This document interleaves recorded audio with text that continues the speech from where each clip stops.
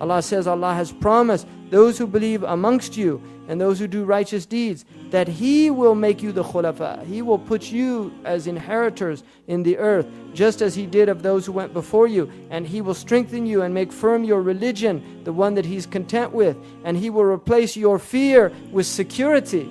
Now, when this ayah was revealed, Sahaba were being persecuted. And they're being promised. Don't think this is vain, empty. And that's why, again, if you look at these, وَلَا يَسْتَخْلِفَنَّ, it's again using tawqeed to remove doubts. That's part of rhetoric in the Quran. The balagha of the Quran is Allah didn't say يَسْتَخْلِفَنَّهُمْ. He said لَا يَسْتَخْلِفَنَّهُمْ. That this is with absolute certainty. Don't have any doubts. And that's why we shouldn't have any doubts. وَالْعَاقِبَةُ لِلْمُتَّقِينَ. Because you look at the Muslims now in the last 100, 200 years, look at the state of the Muslims. And you think that we're 1400 years away from the best of creation. It took them 23 years before they were established on the Arabian Peninsula. And that was with the messenger of Allah subhanahu wa ta'ala. So if it takes us twice as long, 3 times, 4 times, 10 times, 100 times, it doesn't matter. It's going to happen. That's the promise of Allah subhanahu wa ta'ala, that Allah's deen will prevail. لا يدخلن هذا الدين. And again, look at the hadith. لا يدخلن. This deen will enter. لام التوكيد نون التوكيد مشددة. It's the strongest way of saying لا يدخلن هذا الدين في كل بيت. This deen will enter into every house. بعز عزيز أو ذل ذليل. Those who want it and those who don't want it. It's coming into their houses.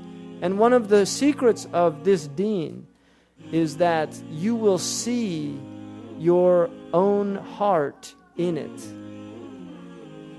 In other words, foul people will see their own foulness in the religion of Allah.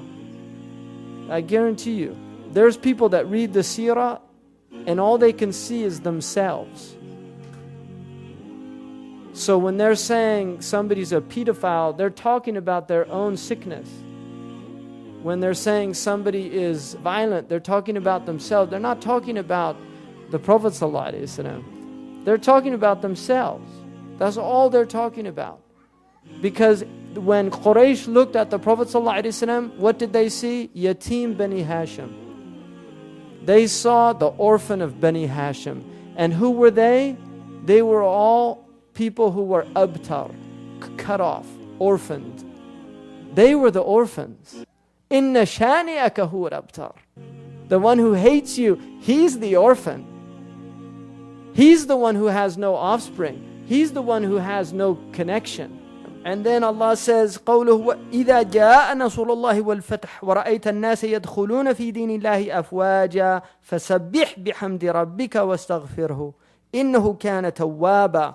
When the victory of Allah comes and the opening, and you see people entering into the deen of Allah in vast numbers, who would have thought when this was revealed, when he had a handful of followers, who would have thought one day he's going to see يدخلون الناس في دين الله أفواجا, waves of people. And on the last Hajj, he's looking at thousands upon thousands of Sahaba, waves of them. Afwaj. Ala balaghtu. Did I deliver the message? I mean, it's amazing. Think about that. Chased out of Mecca. He has a handful of followers. All of them are weak. And then at the end of his mission, he's looking at almost 100,000 Muslims on Hajj. And the whole of the Arabian Peninsula has entered into Islam. The first man to ever unite the Arabs. Sallallahu alayhi wa sallam. And now today, over a billion people. Afwaj. Muslims in California, in China, in Finland. People praising Allah in German. People praising Allah in Urdu, in Malay, in Malayalam. Reflect on that. Think about that. Think about that, really. I mean, it's by Allah. It's a miracle, this verse alone.